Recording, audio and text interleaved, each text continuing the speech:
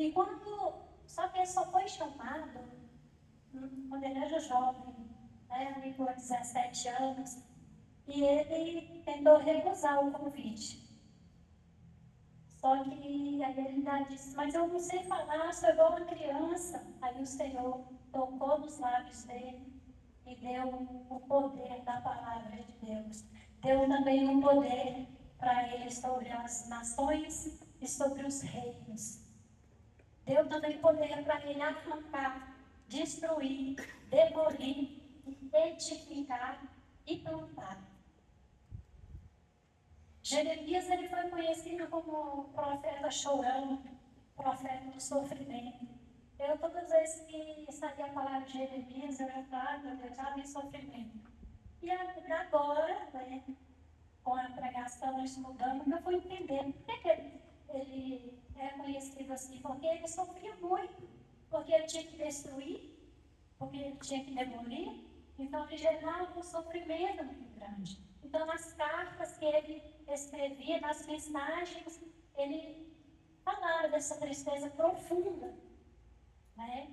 E ele era um profeta chorão, nessa passagem aqui, de 33, porque ele presenciou a destruição de Jerusalém e do templo de Salomão. E isso gerou um sofrimento muito grande para ele, ele chorou.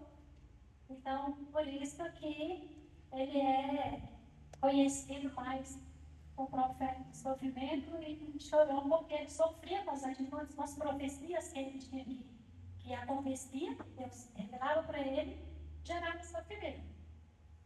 E essa palavra foi feita quando Jeremias estava preso.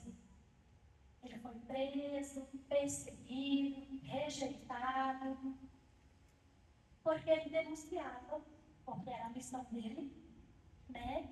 E por causa das suas profecias se cumpriam. E poxa que era.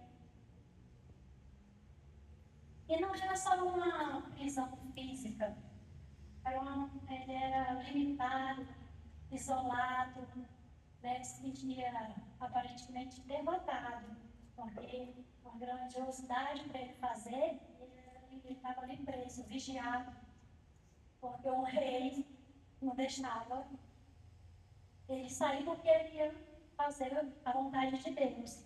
E o que eles faziam era contrário à vontade de Deus.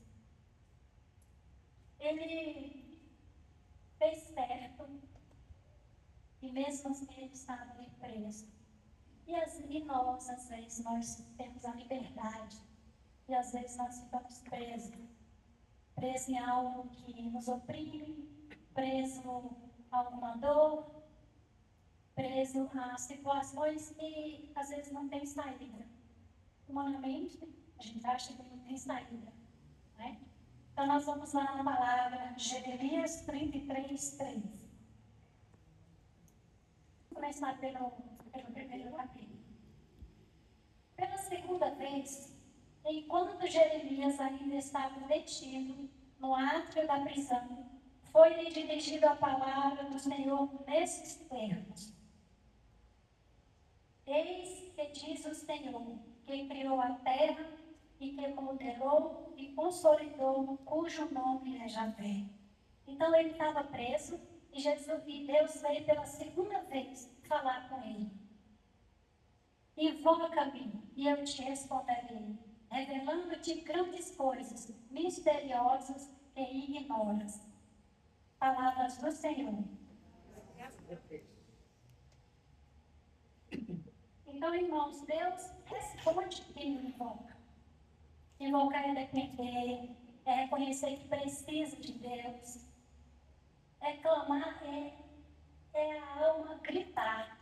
É o grito da alma para Deus. Quando você está sem saída, igual ele estava lá coagindo, aqui mais na frente fala que ele estava preso como se fosse num.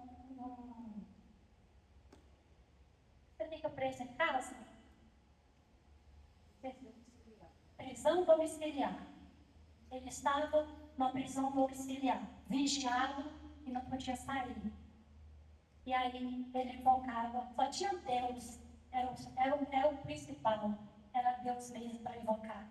E Deus se manifestava e revelava para ele as grandes coisas que ele deveria fazer.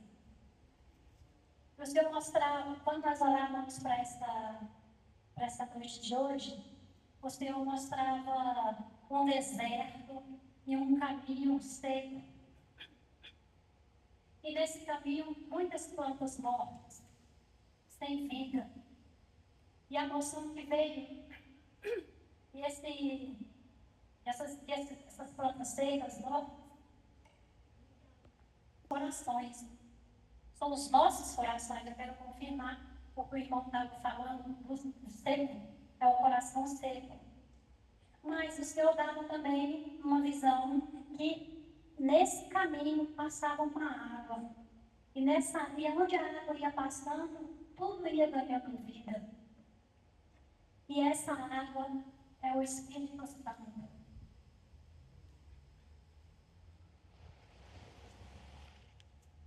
Está dizendo que se você invocar, eu vou derramar essa água sobre vocês. Se você me invocar, eu vou derramar essa água sobre todos vocês. Invocar é quando nós dizemos que o Senhor não aguenta mais. É quando o coração está ferido e você diz: Jesus, cura meu coração. É quando mesmo sem sentir, você pede: Senhor, eu preciso de ti. Jesus, eu confio em ti. Aí sabe o que acontece, irmãos? Quando você abre o seu coração, quando você clama, você pede, Deus responde. Porque é uma promessa dele. Deus responde. Talvez no meio da dor, talvez ele traz uma paz no momento que você está se passando por um momento de dor. Eu senti esse amor de Deus no momento de dor. Creio que muitos aqui também já sentiram, mas quando não vou dizer que eu perdi. Quando chegou o dia da minha mãe voltar para o braço do pai, que foi meio que rápido, foi na época da pandemia. Então é uma dor que a gente não sabe expressar. Só que na hora que a dor estava muito forte, você lembra de Deus. Você sabe todas as coisas. Né? O Senhor é o Deus da minha vida. Minha mãe era ministra da Eucaristia, uma mulher muito religiosa, temente ao Senhor. E quando eu comecei a falar com ele, a dor foi amenizando. Sentia a dor da perda, mas o amor de Deus. Eu senti o amor de Deus. Lá no velório, o diácono que foi fazer as exéquias, ele falou assim que deu a segunda vez na vida dele, ele viu uma paz no velório. E essa paz não foi só para mim, não. Ela reinou para todos, para meu pai, para minhas filhas. E ele foi mais ousado. Ele falou: eu sinto no coração que essa paz é tão verdadeira que eu queria pedir para a família fazer um louvor. Eu, imagino, brotou um louvor no meu coração tão verdadeiro, e eu chegava a me constranger, mas assim, de agradecer a Deus por ter me dado a mãe até aquele dia. E se ela estava aí, também chegou o dia dela. Então você tinha que agradecer. E aí todo mundo foi agradecendo. Foi assim, o amor que eu senti no meio da dor, foi essa eu posso testemunhar com louvor, e até hoje eu sinto como se fosse aquele dia. A dor e o amor. Deus também responde quando você está fraco, né? Quando você está bem fraco. Você sente um vigor, uma força que você não sabe de onde vem. Independente se é de dor, se é de desânimo, mas quando você clama a Deus, você é revigorado, Ele responde. E a esperança também no vazio. Às vezes a gente está com o coração vazio, às vezes a gente está sem sentido. E se você não vigiar, aquilo ali te leva para uma tristeza mais profunda. Mas quando você pede a Deus, você clama a Ele, vem, seu coração é preenchido. Seu coração é preenchido. E aqui ele está, a palavra dele hoje para mim, para vocês, para todos nós, é que ele está aí, e ele está pedindo, ele está convidando para invocar. Quando você invoca, ele vem, ele responde e ele revela coisas ocultas, coisas grandiosas que nós somos impossíveis de saber.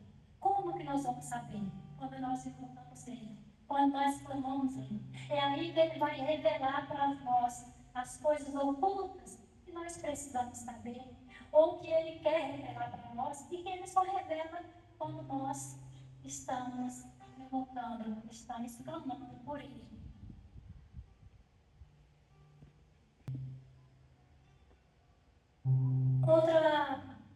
Outra coisa que Deus, porque Deus responde.